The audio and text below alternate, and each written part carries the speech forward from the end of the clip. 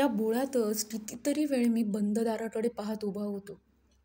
परिस्थितीने एका क्षणात असं काही चमत्कारिक आणि अनपेक्षित वळण घेतलं होतं की माझी मतीच गुंग झाली होती. या जोशी टाटांनी मला या जुन्या गढीत कैद करून डांबून ठेवलं होतं. आजवर अशा गोष्टी मी कथा कादंबरीतच वाचल्या होत्या किंवा एखाद्या रहस्यमय चित्रपटात पाहिल्या होत्या. पण माझं तरी आयुष्य आता साधं कुठे राहिलं होतं? एखाद्या रहस्यमय कादंबरी चित्रपटासारखंच झालं नव्हतं का? एका निनावी पत्राच्या मागावर मी आडरावात येतो काय? स्वतःचं नाव न वापरता एका खोट्या नावाने लॉजमध्ये उतरतो काय? ते डझनवारी फोन करतो काय? हा कोण अनोळखी माणूस जो स्वतःला जोशी टाटा म्हणवून घेतो, त्याच्या तिखट मीठ लावून सांगितलेल्या चटकदार कहाणीवर विश्वास ठेवून या आडबाजूच्या गढीत येतो काय? तोही कोणाला न सांगता. आणि आता तिथेच कैदी होऊन पडतो काय? कोणाला सांगायला गेलं तर त्याचा त्याच्यावर तरी विश्वास बसेल का? या संकटातून सुटण्यासाठी सरकारी ऑफिसमधला 50शी उलटून गेलेला घरबशा मध्यमवर्गीय माणूस काय करणार होतो? त्या जोशी टाटांच्या मागणीप्रमाणे या प्रचंड वाड्यात त्या गुप्तधनाचा शोध घेणार होतो. आणि समजा समजा अशक्यातला अशक्य असा एखादा योगायोग घडला, मला ते गुप्तधन सापडलंच, तर जोशी टाटा काय मला धानापूरला परत नेणार होते? त्यांच्या सैतानी कारस्थानाची दुसरी आणि घातकी बाजू आता माझ्या समोर येत होती. असा राजरोज गुन्हा करून ते काय मला मोकळं सोडणार होते, त्यांच्या गुन्हेगारीचा एकमेव साक्षीदार म्हणून? त्यातून एकच भयानक शरीरावर टाटा आणणारा निष्कर्ष निघत होता. ते गुप्तधन सापडो वा न सापडो, माझी काही जिवंत सुटका होणार नव्हती. मी एक अगदी निरुपद्रवी जीव, कधी कोणाच्या वाटेस न जाणारा, कधीही कोणाचं वाईट न चिंतणारा. केवळ द्रव्यलोभाच्या लालसेने हा जोशी टाटा माझ्या जीवावर उठला होता. मला जाणवलं की माझ्यात एक परिवर्तन होत आहे. साधी पत्र्याची बोथट पट्टी, पण ती खडकावर घासत राहिलं की त्या पट्टीला एक तीक्ष्ण धार येते. आतापर्यंतच्या माझ्या संस्कारांशी सर्वस्वी विसंगत असा एक निष्कर्ष मनात मूळ धरीत होता. जर हा जोशी टाटा स्वतःच्या स्वार्थाच्या यज्ञकुंडात माझ्या जीवाची आहुती द्यायला सिद्ध झालाच असेल, तर मग मलाही माझ्या संरक्षणासाठी कोणताही मार्ग वापरावा लागला तरी बेहत्तर. आता भल्याबुऱ्याचा विधिनिषेध बाळगण्याची वेळ केव्हाच निघून गेली होती. त्या जोशी टाटाला या वाड्याची पुरी माहिती असणार. तेव्हा या अवाढव्य वास्तूतून बाहेर पडण्याची आणखी एखादी वाट शोधत बसणं म्हणजे वेळ आणि श्रम यांचा अपव्ययच होता. 2 दिवसांनी म्हणजे 48 तासांनी हा जोशी टाटा पुन्हा इथे हजर होणार होता. भ्रमवेडे झालेले लोक त्यांच्या मनासमोर साकारलेल्या भ्रमविश्वावर त्यांचा संपूर्ण विश्वास असतो. हा जोशी टाटा अशाच एका विलक्षण भ्रमाने पछाडायला गेला होता. केवळ मी त्या वज्रे वंशातला होतो एवढं एक त्याच्यासाठी पुरेसं होतं. केवढा त्या एका अपवादाच्या एवढ्याच्या क्षीणसर धाग्याने त्याने मला या प्रकरणात गोवलं होतं. केवळ ते रक्त माझ्या धमन्यातून वाहत होतं म्हणून गुप्तधनाचं ते सारं भांडार माझ्यासाठी खुलं होणार होतं.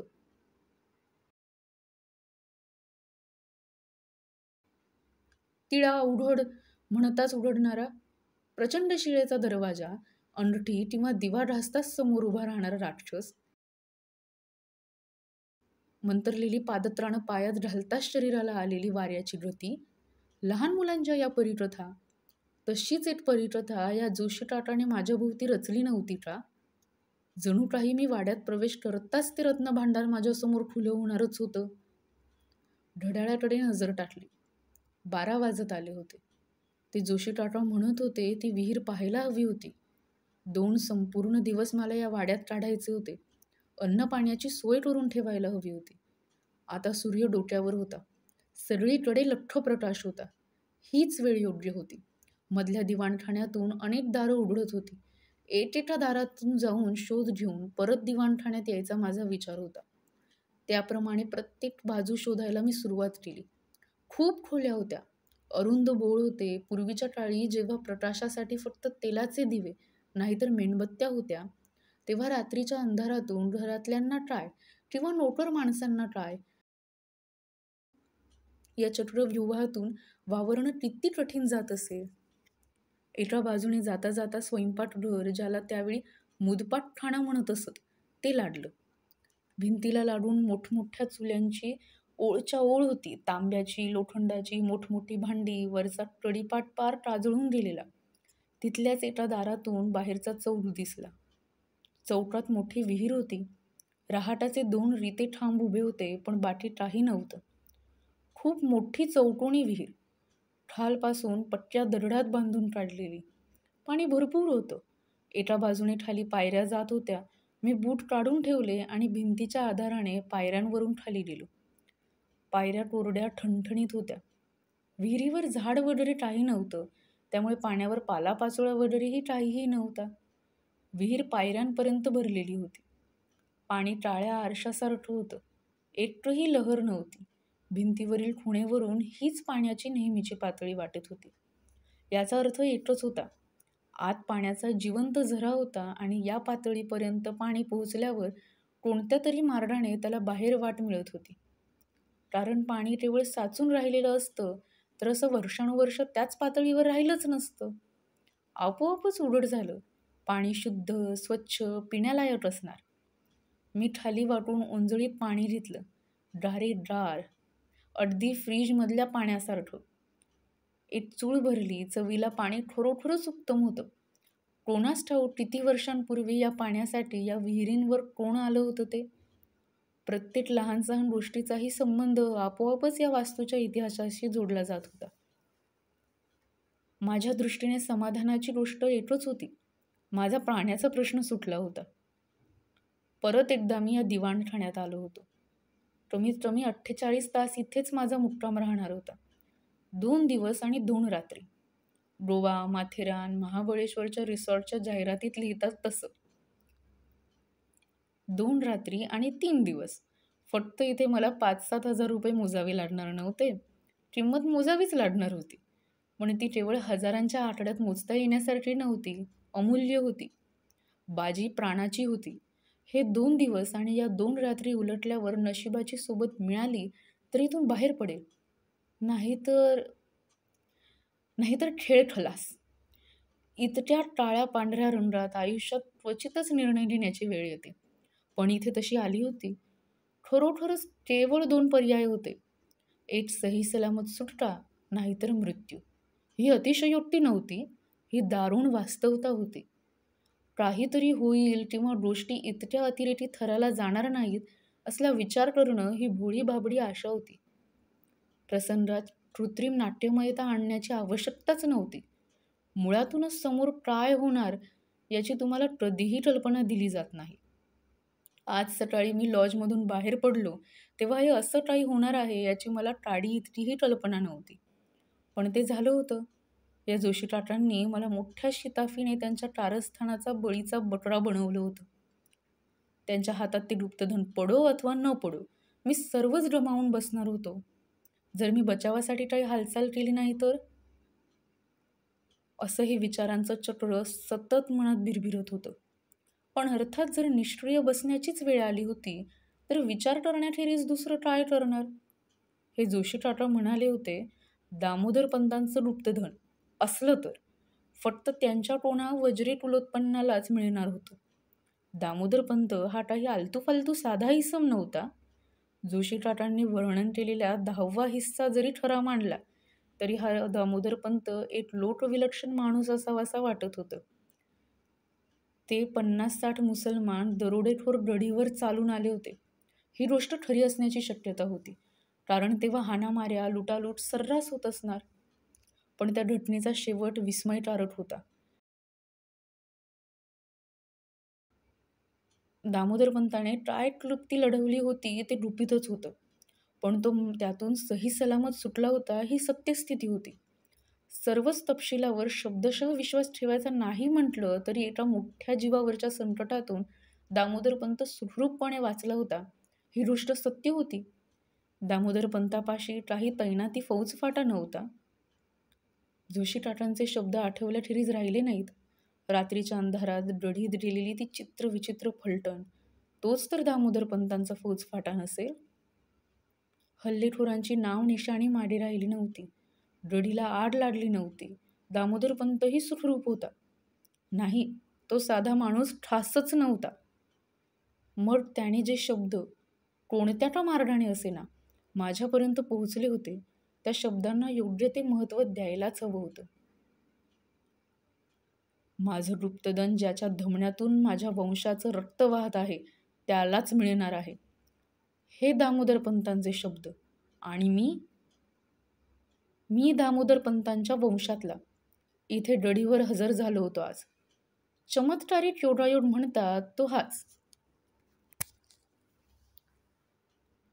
1 वाजण्याचा सुमार आला. 2 घास खाऊन घ्यायला हवे होते. जोशी काकांनी आणलेली करंडी मी उघडली. प्लास्टिकच्या 2 पिशव्यांमध्ये पोळ्या होत्या. लोणच्याची लहान बरणी होती, जॅमची बरणी होती. एका पुठ्ठ्याच्या खोक्यात कसल्या तरी वड्या होत्या. मोठ्या साईजच्या मेणबत्त्यांची 2 पुडकी होती. 2 काडेपेट्या होत्या. 2 दिवसांच्या खाण्यापिण्याची व्यवस्थित सोय होती. त्यातलं किती अन्न माझ्या घशाखाली उतरणार हा भाग वेगळा होता. पुढे काय होणार आहे याबद्दल सगळीच अनिश्चितता होती. पण अन्नपाणी घेण्याची टाळाटाळ करून शरीर कमकुवत होऊ देणं हा मूर्खपणा ठरला असता. अजून जोशी काकांना यायला 48 तास होते. तोपर्यंत काहीही होऊ शकलं असतं. शेवटी मी व्यवस्थित खाऊन घेतलं. बाकीचं अन्न व्यवस्थित पॅक करून ठेवलं. घडीत माणसांचा वावर नव्हता, पण उंदीर, घूस, कृमी, कीटक यांचा वावर असण्याची शक्यता होती. वॉटर बॅगमधलं पाणी आता तितकंसं गार राहिलं नव्हतं. माठच्या चौकातल्या विहिरीवर गेलो. बॉटलमधल्या साठलेल्या पाण्यापेक्षा त्या नैसर्गिक पाण्याची चव किती छान होती. त्याच गार पाण्याने बॉटल भरून घेतली आणि परत दिवाणखान्यात आलो. जरा वेळ आरामात विश्रांती घ्यायची होती, पण ही जागा फारच उघड्यावर वाटत होती. ज्या खोलीत मी आणि जोशी काका बसलो होतो तीच खोली मी निवडली. दारातून बंद करता येत होते. दाराला बॅटचा अडसर लावता येत होता. तेवढीच प्रायव्हसी.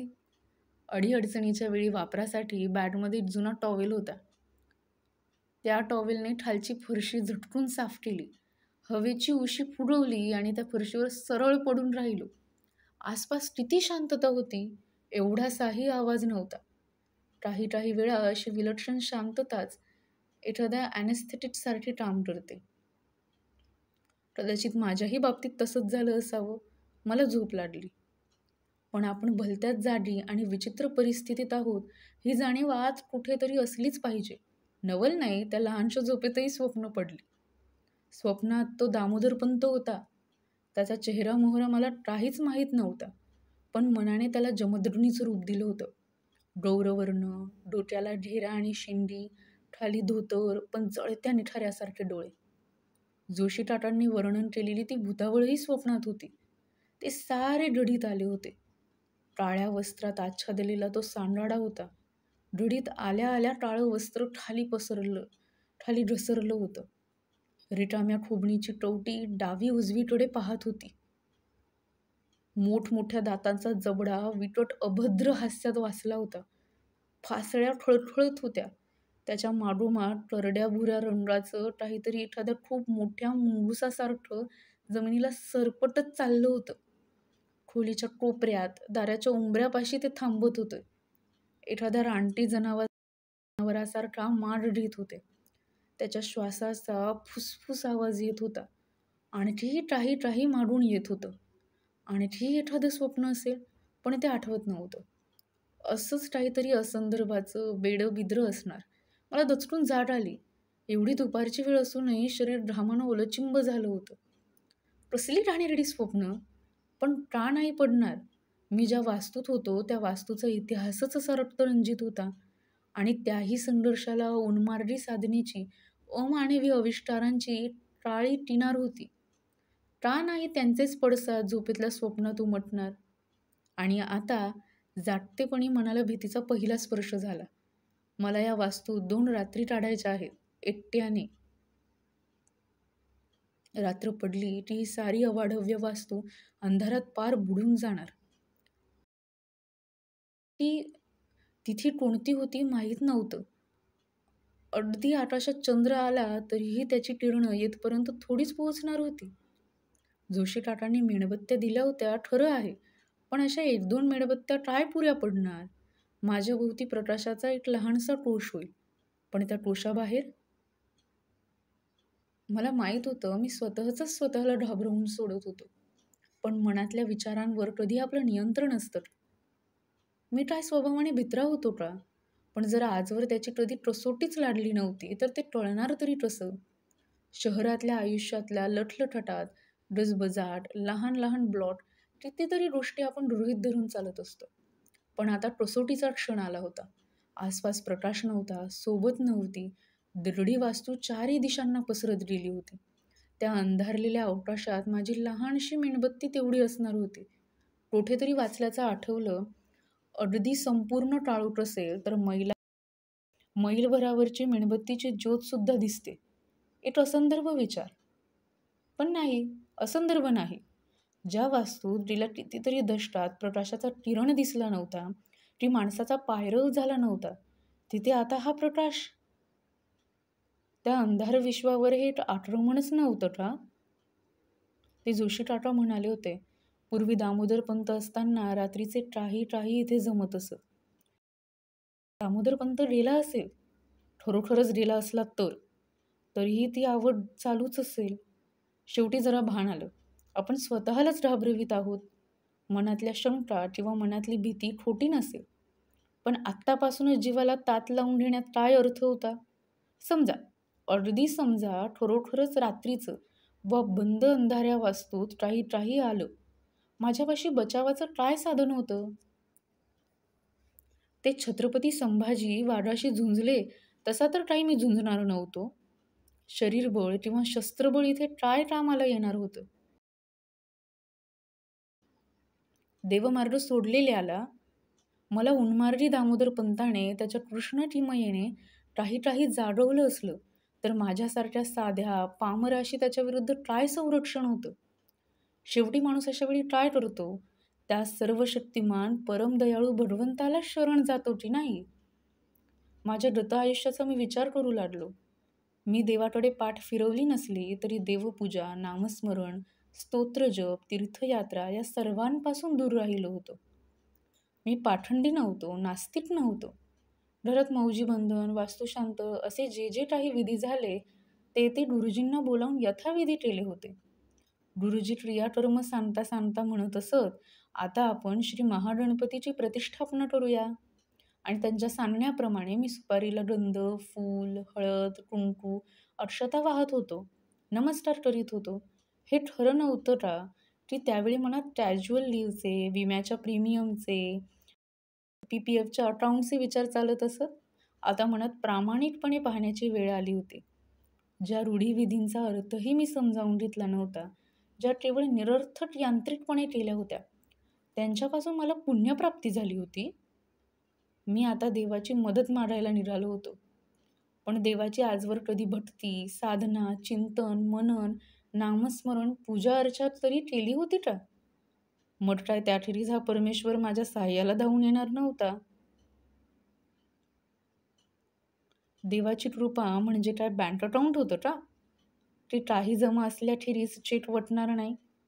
राजे केवळ आंधळेपणाने आणि तो आचारधर्म पाळत आले होते, त्यांना देवाची दारं बंद होती.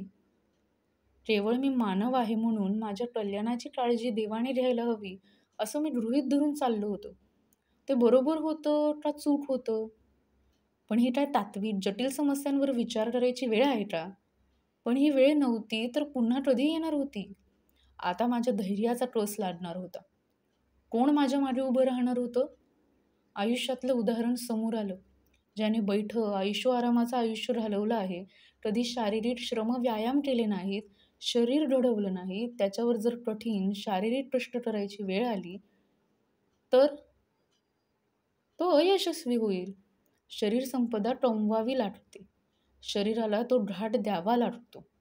कदाचित पूजा, प्रार्थना, नामस्मरण, जपजाप्य इत्यादी उपचारांमागेही मनाला एक खास घाट देण्याचा उद्देश असावा. God helps those who help themselves. कदाचित स्वतःचं संरक्षण करण्याची क्षमता प्रत्येकातच असेल. श्रद्धेने आणि विश्वासाने मनातली ती सुप्त शक्ती प्रकट होऊ शकत असेल. पण तो शक्ती स्रोत सहन करण्याची क्षमता मनात हवी ना? ती क्षमता या उपचारांनी येत असे. शेवटी विश्वातल्या या शक्तीला देव ही संज्ञा दिलेली आहे. ज्यांच्या मनात सतत सद्भावना, सद्विचार, निरामय भक्ती आणि श्रद्धा वसत असते, त्यांच्या या विश्वशक्तीशी सहज संयोग होऊ शकतो. मी कोणी काही संत महात्मा नाही. मी कोणी साधू महंत नव्हतो. मी साधा माणूस होतो. बरोबरचे लोक मला पापभिरू म्हणून हेटाळत असत. पण ही गोष्ट निठालच सत्य आहे की साऱ्या आयुष्यात मी कोणाचाही हेवा, द्वेष, तिरस्कार, राग केला नव्हता. मी कोणाचंही वाईट चिंतिलं नव्हतं. पाप म्हणे केल्याचं असू शकतं आणि टाळण्याचंही असू शकतं. Since of commission and omission, मग पुण्यही ओमिशन असू शकतं. मी संत, साधू, महात्मा, पुण्यात्मा नसे, पण दुराचारी तरी ठासच नव्हतं. संरक्षणासाठी मीही देवाचा धावा करू शकत होतो. आणि देवाला काय प्राचीन संस्कृतातल्या स्तोत्रमंत्रांचीच भाषा समजते का? माझी साधी मराठीही समजणार नाही. शुद्ध मनाने, निस्वार्थी हेतूने देवाला दिलेली हाक दशदिशा भेदून पार संत मंडळांच्याही पलीकडे पोहोचायला हवी. निर्गुण निराकार देवाची प्रार्थना माझ्या पलीकडची होती. पण आता आठवलं की कधी काळी कोणत्याशा यात्रा कंपनीतर्फे काढण्यात आलेल्या पंचज्योतिर्लिंगाच्या सहलीवर मी गेलो होतो. कोणत्या तरी तीर्थस्थानात 12 ज्योतिर्लिंगांच्या प्रतिमाचे ठसे असलेल्या तांब्याचा पत्रा मी विकत घेतला होता आणि तो पाकिटात ठेवला होता. पत्रा पातळ होता, अतिशय धारदार होता. 1-2दा नोटा काढताना मागच्या टप्प्यात घातलेल्या हाताच्या बोटाला त्या धारदार कडेने कापलंही होतं. त्यामुळे तो पत्रा सतत स्मरणात राहिला होता. आता मी बॅग उघडली. कपड्यांच्या घड्यांखाली तळाशी पैशाचं पाकिट होतं आणि मागच्या टप्प्यात जरा जपून हात घातला तेव्हा हाताला तो पत्रा लागला. अगदी सुरुवातीस होता तसा लठलठीत होता. भीमाशंकर, त्र्यंबकेश्वर, परळी वैजनाथ, औंढा नागनाथ, घृष्णेश्वर, प्रभासपट्टण, सोमेश्वर, काशी विश्वनाथ, महाकाळेश्वर, रामेश्वर, आणखी 2 नावं आठवत नव्हती. मग आठवली, श्रीशैल्य आणि उज्जैन जवळचा ओंकारेश्वर. कोणा अनामिक कारागिराने लाकडी साच्यावर पत्रा ठोकून त्या पत्र्यावर या प्रतिमा उमटविल्या होत्या. देवत्वाची केवळ प्रतीक होती. या कोरलेल्या प्रतिमांमध्ये माझ्या संरक्षणाची शक्ती होती का? का मीच माझ्या श्रद्धेने आणि विश्वासाने त्या प्रतिमांमध्ये शक्तीचा उत्सर्ग करणार होतो? शेवटी हाच माझा देव होता. त्याची प्रतिष्ठापना करायची तर कुठं? अर्थात देव्हाऱ्यात. देवघरात शिसवीचा तेवढा प्रचंड देव्हारा होता. त्या जुन्या टॉवेलने मी तो देव्हारा साफ केला. मग पाण्याने टॉवेल ओला केला आणि स्वच्छ पुसून काढला. पायातले बूट काढून ठेवून मागच्या विहिरीवर गेलो. विहिरीतून पाणी काढून शेजारच्या दरडी मोरीत हातपाय तोंड स्वच्छ धुवून घेतलं. बॉटल पाण्याने भरून घेतली. देव्हारा इतका मोठा होता की मी आत अगदी आरामशीरपणे बसू शकत होतो. देवांच्या प्रतिमा असलेला तो पत्रा समोरच्या भिंतीपाशी उभा केला. एक मेणबत्ती लावून समोर उभी केली. डोळे मिटले, हात जोडले. काहीतरी प्रार्थना करण्याचा विचार मनात होता, पण तो कोटच्या कोठे विरून गेला. एखादी वावटळ यावी तसा एकदम जोराचा सुसाट वारा सुटला. मेणबत्ती क्षणभरात विझून गेली. देवाचा पत्रा भिरभिरत लांब जाऊन पडला. घू घू घू आवाज करीत वारा भिरभिरत होता आणि मग आला तितक्याच अवचितपणे गेला. त्यानंतरची शांतता खरोखर स्फोटक होती. केवळ द्विडमूड होऊन मी त्या फेकल्या गेलेल्या पत्र्याकडे आणि समोरच्या विझून गेलेल्या मेणबत्तीकडे पाहत होतो. हे काय झालं होतं? केवळ योगायोगानेच ती वावटळ उठली होती असा समज करून घेण्याइतका मी खासच मूर्ख नव्हतो. या घटनेमागे योजना होती, हेतू होता आणि तो हेतू चांगला नव्हता, अजिबात नव्हता. देवोपासनेसाठी मांडलेली बैठक उधळली गेली होती. प्रकाश गेला होता. देवाची प्रतिमा भिरकावली गेली होती. त्या देवाच्या प्रतीकाला काहीही किंमत नाही. मला फक्त एक उत्तम मगरूर इशारा देण्यात आला होता, पण माझ्यासाठी त्या नाट्यमय घटनेत एक गर्भित आशा होती. माझा प्रयत्न अयशस्वी झाला होता ही गोष्ट खरी होती, पण त्याची कुठेतरी दखल घेतली जाण्याइतका या प्रयत्नाचा प्रभाव खासच जाणवला होता. टाटा लहान तो असे ना कुठेतरी टोचला होता. टोचला की बोध जाणवते. टाटा उपसून काढून दूरवर फेकला जातो. पण टाटा टोचलेला असतो ही सत्य गोष्ट असते. वास्तविक पाहता ज्योतिर्लिंग म्हणजे शंकराचं प्रतीक. जगापासून दूर स्मशाना निकट राहणारा शंकर. पहाटे डावोडावी नदीकाठच्या स्मशानापाशी शंकरांची मंदिरे असतात. शंकराला भूतपीत भूतनाथ म्हणतात. चतुर्मुख शंकराचं एक मुठ दक्षिणेस असतं. त्याचं वर्णन आहे: पण मुठ दक्षिणेसी विटराळ दाढा दारुणेसी, मुखातून ज्वाला निरती रुंडमाळा सर्व वेष्टित शोभती. आणि या दक्षिणमुखी परमेश्वराचे भक्त कोण?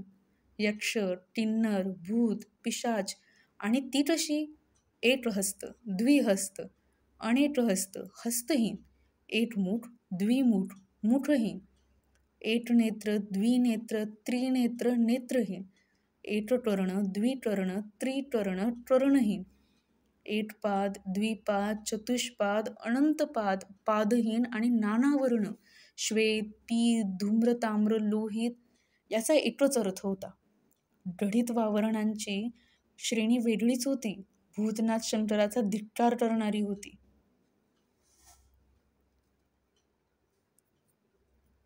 देवाचे शत्रू, सृष्टीचे शत्रू, साऱ्या जगताचे शत्रू. आणि असं काहीतरी त्या दामोदर पंताने जागवलं होतं. जणू काही ते सृष्टीच्या नैसर्गिक संरक्षक कवचाला भेद दिला होता, तडा गेला होता आणि त्या फटीतून काहीतरी इथे उपस्थित झालं होतं. निखळ दुष्ट, निखळ दुराचारी, मांडल्याचा आणि पावित्र्याचा वैरी, आणि त्याचा गढीत सतत वावर होता. फक्त तो आता एका दृश्य स्वरूपात जाणवत होता. हा एक खास अन्योत्र संबंध होता. धुलीकणांतून उन्हाचे किरण गेले की किरण मार्ग दिसतो. धुलीकणही दिसतात. किरणांमुळे धुलीकण दिसतात किंवा धुलीकणांमुळे किरणांचा मार्ग दिसतो. एकाशिवाय दुसरं ज्ञात होत नाही, अनुभवता येत नाही. मला स्वतःलाच धोका होता का? निसर्गातले उत्पात अधिकारी अविकारी असतात. वाटेल येईल त्याला तुडवत पुष्करत जातात. पूर, वादळ, धरणीकंप, वणवा, तिथे वैयक्तिक हेव्या दाव्याचा प्रश्नच येत नाही.